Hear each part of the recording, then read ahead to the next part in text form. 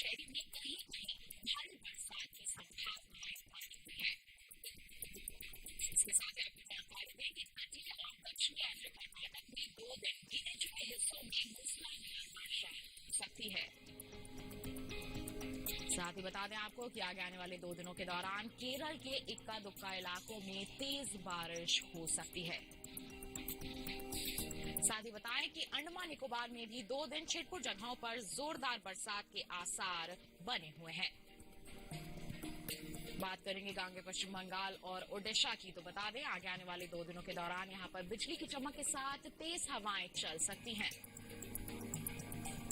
वहीं बिहार और झारखंड में शुक्रवार को बिजली की चमक के साथ तेज हवाएं चलने का अनुमान जताया जा रहा है मौसम विभाग द्वारा। वहीं शुक्रवार को छत्तीसगढ़ में बिजली की चमक के साथ तेज हवाएं चलने की संभावनाएं हैं। बता दें आपको कि तटीय आंध्र प्रदेश और रायलसीमा में 2 दिन बिजली की चमक के साथ तेज हवाएं चल सकती हैं।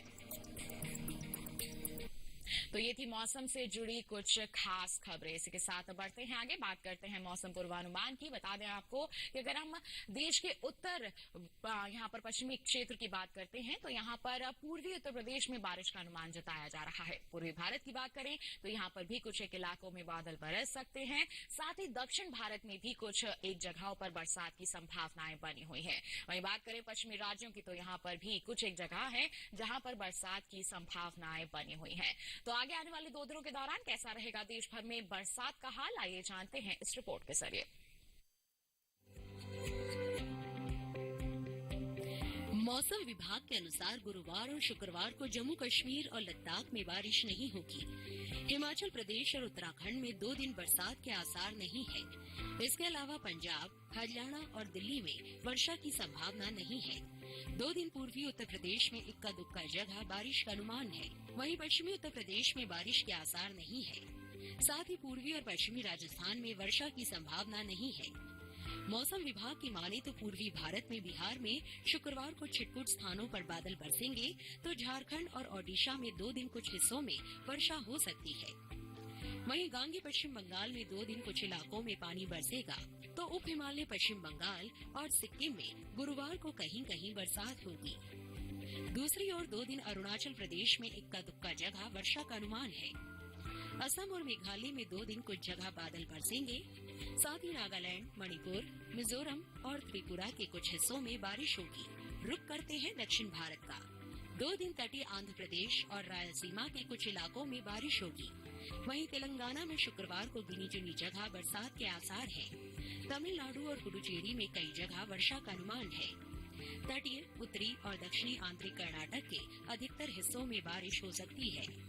केरल और लक्षद्वीप में 2 दिन ज्यादातर स्थानों पर बरसात के आसार हैं। अंडमान निकोबार में अधिकतर जगह बारिश की संभावना है। मध्य भारत की बात करें तो शुक्रवार को पूर्वी मध्य प्रदेश में कहीं कहीं बादल बरसेंगे।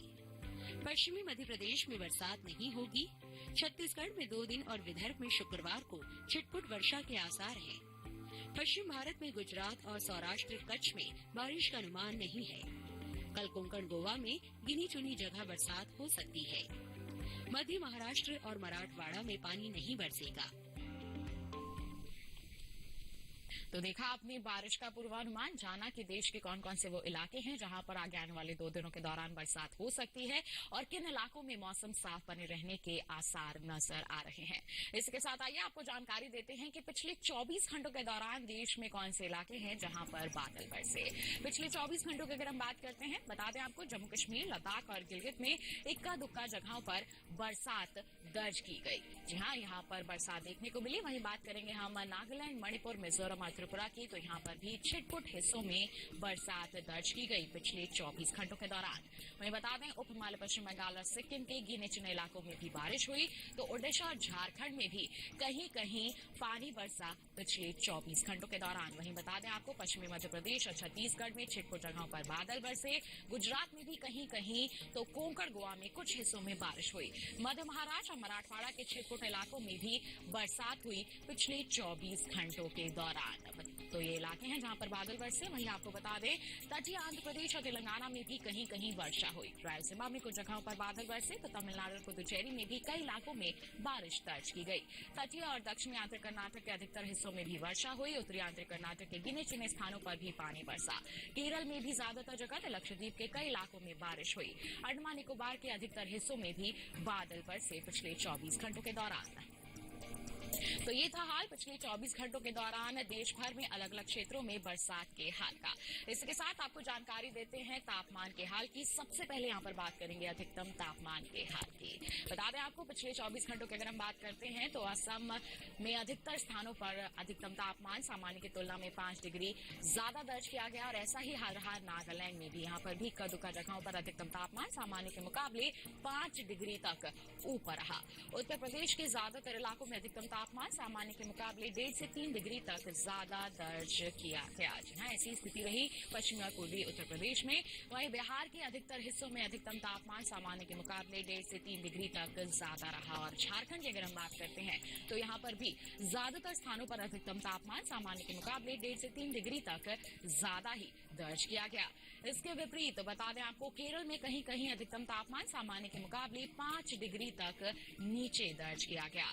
जम्मू कश्मीर के कुछ इलाकों में अधिकतम तापमान सामान्य के मुकाबले 1.5 से 3 डिग्री तक नीचे ही दर्ज किया गया। बता दें आपको तेलंगाना का हाल तो यहाँ पर कुछ एक इलाकों में जो तापमान है 1.5 से 3 डिग्री तक सामान्य के मुकाबले नीचे दर्ज किया गया। और इस बीच देश के मैदानी इलाकों में सबसे ज्यादा तापमान पश्चिमी राजस्थान में रहा। यहाँ के बाड़मेर में पारा जो है 37.2 डिग्री सेल्सियस दर्ज किया गया। तो जाना आपने अभी अधिकतम तापमान का हाल। इसके साथ आइए बढ़ते हैं आगे, बात करते हैं न्यूनतम तापमान के हाल की। बता दें आपको पिछले 24 घंटों के दौरान पंजाब में कई जगहों पर न्यूनतम तापमान सामान्य की तुलना में 3 से 5 डिग्री तक ज्यादा दर्ज यहाँ पर किया गया। बता दें आपको अरुणाचल प्रदेश में कई स्थानों पर न्यूनतम तापमान सामान्य की तुलना में 3 से 5 डिग्री तक ऊपर रहा और ऐसा ही हाल रहा मिजोरम में भी। यहाँ पर भी कई इलाकों में न्यूनतम तापमान सामान्य की तुलना में 3 से 5 डिग्री ऊपर रहा। बात अगर हम करें हिमाचल प्रदेश की तो बता दें यहाँ पर कई जगहों पर न्यूनतम तापमान सामान्य की तुलना में 1.5 से 3 डिग्री तक ऊपर दर्ज किया गया। तो उत्तराखंड में भी ऐसा ही हाल रहा। यहाँ पर भी कई हिस्सों में न्यूनतम तापमान 1.5 से 3 डिग्री तक ऊपर दर्ज किया गया। वहीं बात करें हम हरियाणा की तो यहाँ पर कुछ इलाकों में न्यूनतम तापमान सामान्य की तुलना में 1.5 से 3 डिग्री तक ज्यादा दर्ज किया गया पिछले 24 घंटों के दौरान। वहीं ओडिशा में कई स्थानों पर न्यूनतम तापमान सामान्य की तुलना में 1.5 से 3 डिग्री तक ज्यादा दर्ज किया गया।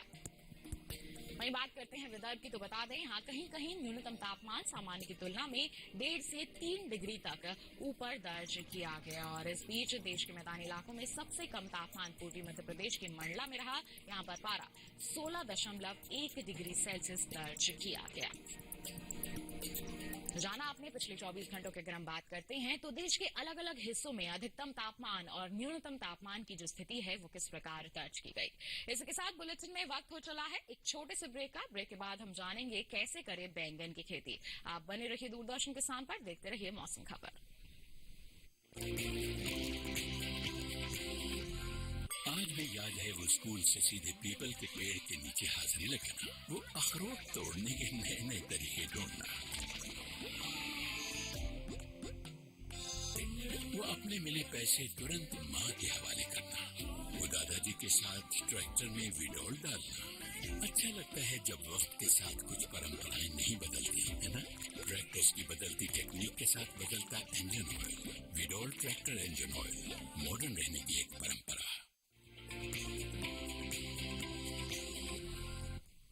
ब्रेक के बाद दूरदर्शन किसान के मौसम खबर में आप सभी का फिर से स्वागत है। बुलेटिन के इस हिस्से में हम खास तौर पर बात करेंगे खेती किसानी क्षेत्र की। बता दें आपको बिहार और झारखंड में इस मौसम में किसानों को अपनी फसलों पर विशेष ध्यान देने की जरूरत है। किस तरह से वो प्रबंधन कार्य कर सकते हैं, देखभाल कर सकते हैं, इस संदर्भ में क्या है हमारे कृषि विशेषज्ञों की सलाह, आइए जानते हैं इस रिपोर्ट के जरिए। बिहार में धान के खेत की देखभाल करें। धान के खेत में जरूरी उर्वरक डालें। किसान सरसों की बुआई के लिए नर्सरी तैयार कर सकते हैं। यहाँ फूल गोभी की बुआई करते रहें। इसी तरह पत्ता गोभी भी बोएं। बिहार में गन्ने और तिल की बुआई करें। साथ ही मटर और धनिये की बुआई कर सकते हैं। इस समय नींबू में कीट लगने की आशंका बनी हुई है। ऐसे में नींबू में कीटों से बचाव के लिए कृषि विशेषज्ञों की सलाह से कीटनाशक का छिड़काव करें। अभी लहसुन की बुआई कर लें। इसके अलावा बिहार में सूरजमुखी और सरसों भी बोए। यहीं के किसान मेथी और राजमा की बुआई कर सकते हैं। झारखंड में प्याज की नर्सरी तैयार कर सकते हैं। किसान धान की कटाई करें। अभी धान में कीट लगने की संभावना हो सकती है। ऐसे में धान में कीटों से बचाव के लिए कृषि विशेषज्ञों की सलाह से कीटनाशक छिड़कें। यही आलू की रुपाई कर लें। आलू में कीटों से बचाव के लिए कीटनाशक का छिड़काव करें। साथ ही चने के खेत से खरपतवार निकालें। इस समय तोरई की बुआई करें। झारखंड में फूल गोभी और पत्ता गोभी की रुपाई करते रहे। वहीं अरहर में कीटों से बचाव के लिए कृषि विशेषज्ञों की सलाह से कीटनाशक का प्रयोग कर लें। किसान मटर के खेत में भी कृषि विशेषज्ञों की सलाह से कीटनाशक छिड़के। तो जाना आपने बिहार और झारखंड के अगर आप किसान हैं तो किस तरह से आपको अपने खेतों में प्रबंधन कार्य करने हैं, अपनी फसलों की देखभाल करनी है जिससे आप आगे चलकर अच्छी उपज हासिल कर सके। बढ़ते हैं आगे, बात करते हैं बुलेटिन में बैंगन की खेती की। बता दें आपको कि इस मौसम में आप बैंगन की बुआई कर सकते हैं और इसकी बुआई का सही तरीका क्या है, कौन कौन से कीट इसकी बढ़वार को प्रभावित करते हैं, इन तमाम बातों के बारे में जानकारी होना बेहद जरूरी है। आइए इसके लिए नजर डालते हैं हमारी इस खास रिपोर्ट पर।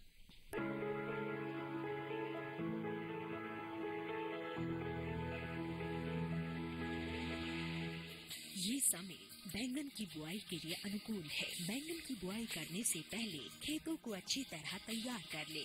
खेतों की जुताई कर जमीन को समतल कर ले। बुआई करते समय पौध से पौध की दूरी 60 सेंटीमीटर और पंक्ति से पंक्ति की दूरी 60 से 75 सेंटीमीटर रखें। किसान बैंगन की कई किस्मों की बुआई इस समय कर सकते हैं, जैसे पूसा श्यामला। बैंगन की ये किस्म लंबे आकार की होती है। इस किस्म की बुआई पंजाब, उत्तर प्रदेश, बिहार और झारखंड में कर सकते हैं।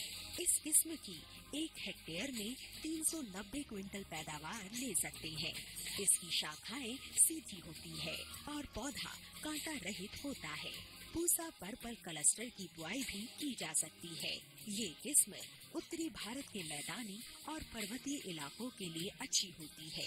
1 हेक्टेयर में 200 क्विंटल पैदावार ली जा सकती है। इसकी लंबाई 10 से 12 सेंटीमीटर होती है। इसका रंग गहरा बैंगनी होता है। इसके अलावा पूसा अंकुर की बुआई की जा सकती है। इस किस्म का आकार गोल होता है। पूसा अंकुर राजस्थान, गुजरात, हरियाणा, दिल्ली, मध्य प्रदेश और महाराष्ट्र में लगाने के लिए काफी अच्छी है। 1 हेक्टेयर में 350 क्विंटल फसल ली जा सकती है। पूसा उत्तम भी लगा सकते हैं। इसका आकार भी गोल होता है। बैंगन की इस किस्म की बुआई पंजाब, उत्तर प्रदेश, बिहार और दिल्ली में की जा सकती है। बुआई के तुरंत बाद पहली सिंचाई करें। ध्यान रखें कि दवा का छिड़काव विशेषज्ञों की सलाह से मौसम साफ रहने पर ही करें। तो जाना आपने बैंगन की अच्छी उपज हासिल करने के लिए किस तरह से आपको सावधानियां बरतने की जरूरत है। आइए बढ़ते हैं आगे, मौसम के अनुसार खेती किसानी की कुछ खास बातें आपको बताते हैं। इस मौसम को ध्यान में रखते हुए हमारे जो हरियाणा के किसान हैं उन्हें सलाह है कि आप मूंग की कटाई सावधानी पूर्वक कर लें। साथ ही बाजरे की कटाई के लिए भी समय बिल्कुल उचित है। इसके लिए भी आप तैयारियां अच्छी तरह से कर लें।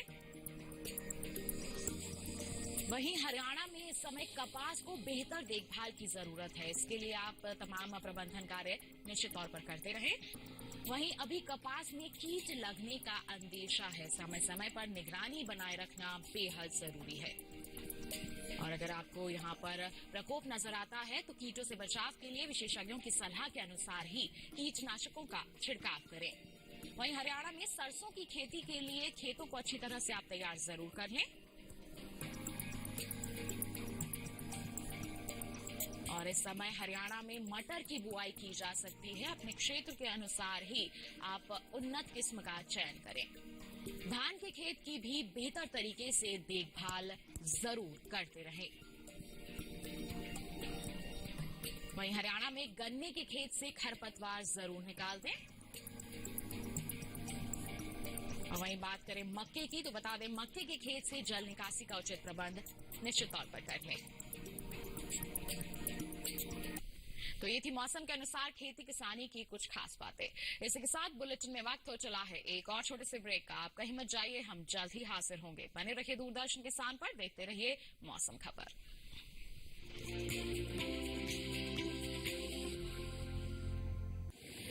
माँ कब आएगा? अभी आएगा।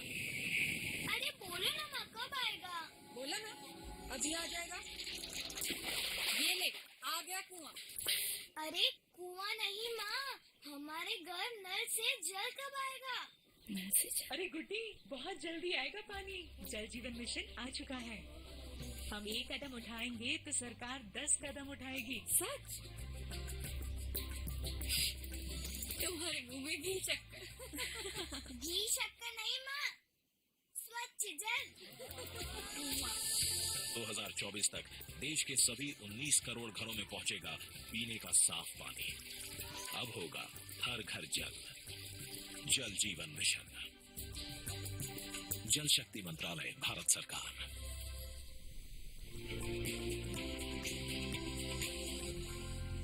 ब्रेक के बाद दूरदर्शन किसान के मौसम खबर में आप सभी का फिर से स्वागत है। आइए बुलेटिन में एक बार फिर आपको बताएं मौसम के लिहाज से खेती किसानी की कुछ और खास बातों के बारे में। बता दें, इस मौसम को ध्यान में रखते हुए हमारे उत्तर प्रदेश के जो किसान हैं उन्हें सलाह है कि लहसुन की रोपाई का आप कार्य इस समय कर सकते हैं। साथ ही मूंगफली की बुआई भी इस समय कर सकते हैं। अच्छी तरह से तैयारियां जरूर कर लें। वहीं उत्तर प्रदेश में बैंगन की रोपाई इस समय की जा सकती है। बिल्कुल उचित समय चल रहा है। साथ ही उत्तर प्रदेश में चने की बुआई भी कर सकते हैं। उन्नत किस्म का ही चयन करें। वहीं मटर की बुआई भी कर सकते हैं। इसके लिए अच्छी तरह से पहले खेतों को तैयार कर लें। उत्तर प्रदेश में इस समय सरसों की बुआई के लिए भी सही समय चल रहा है। इसके लिए भी आप अच्छी तरह से तैयारियां जरूर कर लें। वहीं उत्तर प्रदेश में फूलगोभी की रोपाई आप कर सकते हैं इस समय। साथ ही बता दें, धान के खेत में इस समय जरूरी उर्वरक आप डाल सकते हैं। और उत्तर प्रदेश में ही इस समय टमाटर की रोपाई की जा सकती है। बिल्कुल इसके लिए सही समय है। और वहीं लाल मिर्च की रोपाई के लिए भी बिल्कुल सही समय बना हुआ है। इसके लिए भी आप तैयारियां कर लें। तो ये थी मौसम के लिहाज से खेती किसानी की कुछ और खास बातें। आइए बुलेटिन में बढ़ते हैं आगे, नजर डाल लेते हैं मौसम की अहम झलकियों पर। बता दें आपको, भारत मौसम विज्ञान विभाग के मुताबिक आगे आने वाले 2 दिनों के दौरान तमिलनाडु और पुदुचेरी में बिजली की चमक के साथ तेज हवाएं चल सकती हैं। जी हाँ, इसके साथ ही आपको जानकारी दे दें कि कर्नाटक में कल बिजली की चमक के साथ तेज हवाएं चलने के आसार बने हुए हैं। इसके साथ अगर हम बढ़े आगे बात करें केरल की, तो बता दें आपको आगे आने वाले 2 दिनों के दौरान यहां पर भी बिजली की चमक के साथ तेज हवाएं चलने के आसार नजर आ रहे हैं। वहीं अगर हम बात करते हैं अंडमान निकोबार द्वीप समूह की, तो बता दें यहां पर भी कुछ एक इलाके हैं जहां पर 2 दिनों के दौरान बिजली की चमक के साथ तेज हवाएं चल सकती हैं। वहीं अगर आगे आने वाले 2 दिनों की हम बात करते हैं तो दक्षिण पूर्वी अरब सागर में 40 से 50 किलोमीटर प्रति घंटे की गति से तेज हवाएं चलने के यहाँ पर आसार बने हुए हैं। और ऐसा ही हाल रह सकता है केरल और कर्नाटक के तट पर भी। यहाँ पर भी आगे आने वाले 2 दिनों के दौरान 40 से 50 किलोमीटर प्रति घंटे की रफ्तार से तेज हवाएं चल सकती हैं। तो अभी आपने जान लिया यहाँ पर कि आगे आने वाले 2 दिनों के दौरान कैसा रह सकता है मौसम का हाल। इसी के साथ आइए चलते चलते एक नजर अगले 4 दिनों के लिए 9 शहरों के तापमान पर।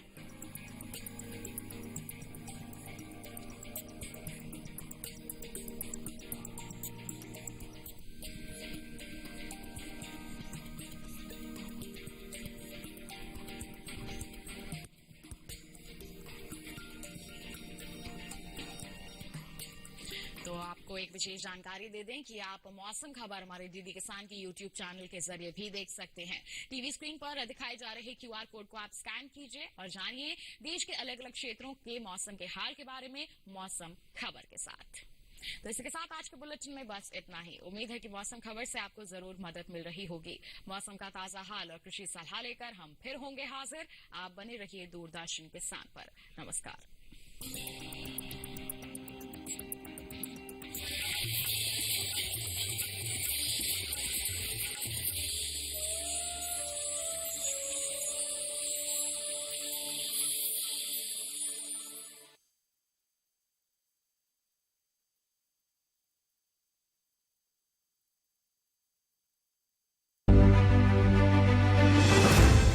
की पंचायत से संसद के गलियारों तक गूंजती महिलाओं की आवाज, महिला सांसदों की परिश्रम की कहानी। सुनिए उनकी जुबानी हमारा खास कार्यक्रम नेत्री महिला सांसद और उनकी कहानियां, सिर्फ डीडी किसान पर।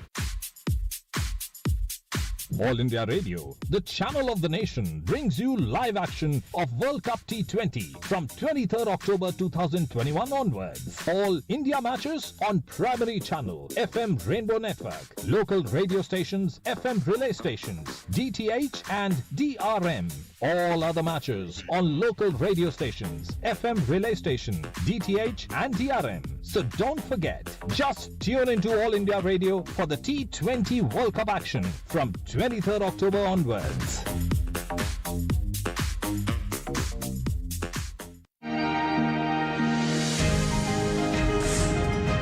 विज्ञान ने बदली किसानों की तस्वीर। देश के युवा वैज्ञानिकों के अनुसंधान से मिल रही है किसानों को नए नए तकनीकें।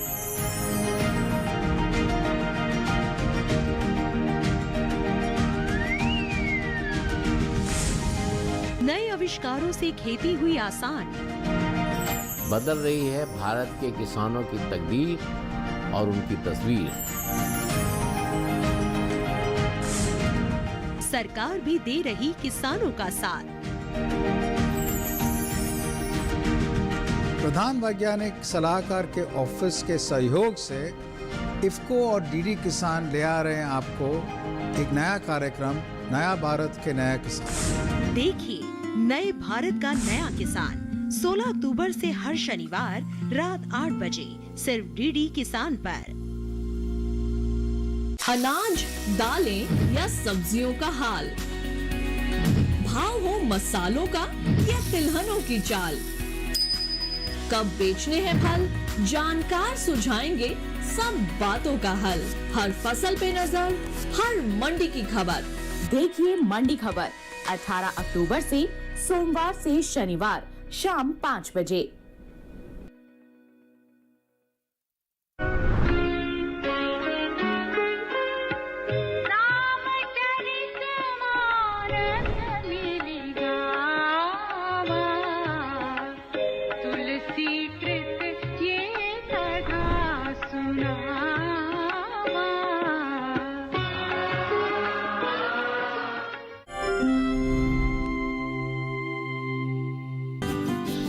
प्रदेश की औद्योगिक नगरी कानपुर से लगा हुआ जिला कानपुर देहात है। कानपुर देहात खाद्यान्न के क्षेत्र में महत्वपूर्ण स्थान रखता है। यहाँ मुख्य रूप से धान, गेहूं और सब्जियों की खेती की जाती है। कानपुर देहात के विकास खंड मैथा का मझियार गांव भी खाद्यान्न फसलों के उत्पादन के लिए जाना जाता है। माया देवी मझियार गांव की रहने वाली हैं। इनकी उम्र लगभग 48 वर्ष है। माया जी के पास 3 बीघा जमीन है, जिसमें वो स्वयं खेती करती हैं। कृषि विज्ञान केंद्र दलीप नगर कानपुर देहात से जुड़ने से पहले माया देवी तकनीकी ज्ञान के अभाव में अपनी खेती से अच्छा आर्थिक लाभ नहीं कमा पा रही थी, जिसके कारण उनके दैनिक जीवन में समस्याएं बनी हुई थी। हमारे पास 3 बीघे जमीन है, उसमें मैं थोड़ा सा गेहूँ धान कर लेती हूँ। इसके बाद सारी जो बचता है उसमें सारी सब्जी उगाती हूँ। जब मैं केवीके से नहीं जुड़ी थी तब मेरा परिवार अच्छे ढंग से नहीं चल पा रहा था। कहीं धनिया बोती थी, कहीं चुटुर पुटुर कर लेती थी, उससे मुझे कोई जानकारी भी नहीं थी। जब मुझे जानकारी हुई तब से हमारा सारा खर्च अच्छे से चलने लगा। साल 2014 में माया देवी ने कृषि विज्ञान केंद्र कानपुर देहात से गृह वाटिका में प्रशिक्षण प्राप्त किया। उन्होंने वैज्ञानिकों के सहयोग से अपने घर के पास 250 वर्ग मीटर की एक गृह वाटिका का निर्माण किया। इसमें वह सब्जी उत्पादन का कार्य करने लगी। घर में प्रयोग के बाद बची हुई सब्जियां उन्होंने बाजार में बेचना शुरू किया और उससे आर्थिक लाभ भी कमाया। सब्जी उत्पादन में आर्थिक लाभ को देखते हुए उन्होंने अपनी खेती योग्य जमीन पर भी सब्जी उत्पादन शुरू किया और इस कार्य में उन्होंने कृषि विज्ञान केंद्र के वैज्ञानिकों से तकनीकी सलाह ली। सब्जियों में भी उन्होंने सबसे ज्यादा परवल की खेती पर जोर दिया, जिसमें उन्हें एक फसल में लगभग 25,000 रुपए का लाभ हुआ। इसी प्रकार उन्होंने प्याज की खेती पर भी जोर दिया और लगभग 8,000 का लाभ कमाया। इसके अलावा माया देवी मौसमी सब्जियों का उत्पादन कर अपनी आर्थिक स्थिति को बेहतर बना रही हैं। सबसे पहले मैंने गृह वाटिका एक बनाई 1 बिस्वे में। उसमें मैंने गाजर, मूली, पालक, शलगम, चुकंदर यानी सारी चीज़ अपनी सब्जी उपलब्ध की। उससे भी मुझे बहुत अच्छा प्रॉफिट हुआ। उससे मैं अपना सारा खर्च चलाती हूँ। हमारा बहुत अच्छे से परिवार चल रहा है। माया देवी न सिर्फ सब्जी उत्पादन का कार्य कर रही हैं, बल्कि पशुपालन के क्षेत्र में भी आगे बढ़ रही हैं। दुग्ध उत्पादन से माया देवी लगभग 10,000 रुपए सालाना कमा रही हैं। हमारे पास पशु हैं, भैंसें हैं। उससे मैं 15 लीटर दूध निकालती हूँ और वो दूधिया को ना देकर बाजार ले जाकर के अपना स्वयं ही धंधा करती हूँ। उससे हमारा अच्छा पैसा निकलता है। उसी से अपना सारा परिवार का खर्च चलाती हूँ। माया देवी ने कृषि विज्ञान केंद्र दलीप नगर के तकनीकी सहयोग से सर्दी के मौसम में मशरूम उत्पादन का भी काम शुरू किया है। सब्जी और पशुपालन से हमने अपने बच्चों को पढ़ाया लिखाया, सब्जी का धंधा किया और हमने अपने बच्चे और बच्चियों की शादी की और अपना घर भी बनवा लिया। इस तरीके से अपना हम परिवार में कल कुशल से रह रहे हैं। माया देवी के पति सुखराम भी उनका खेती और पशुपालन कार्यों में सहयोग कर रहे हैं। माया देवी अपने परिवार के साथ खुशहाल जीवन बिता रही हैं। गांव में उनका मान सम्मान भी बढ़ा है।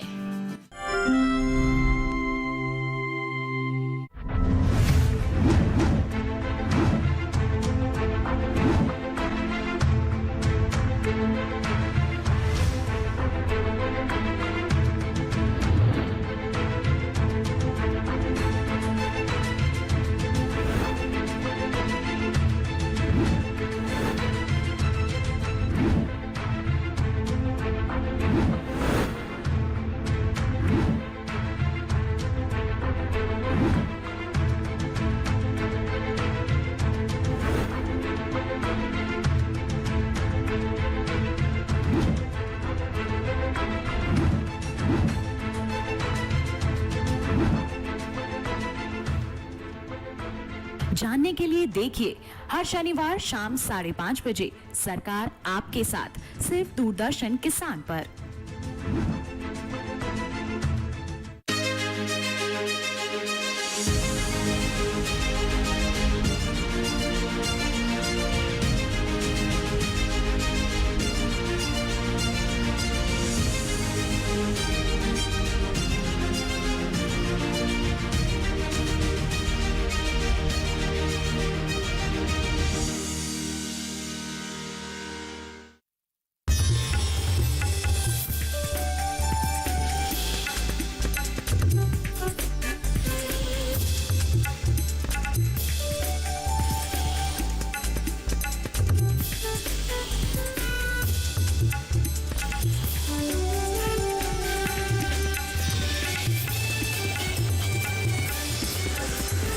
डीडी किसान, बदलते भारत की शान।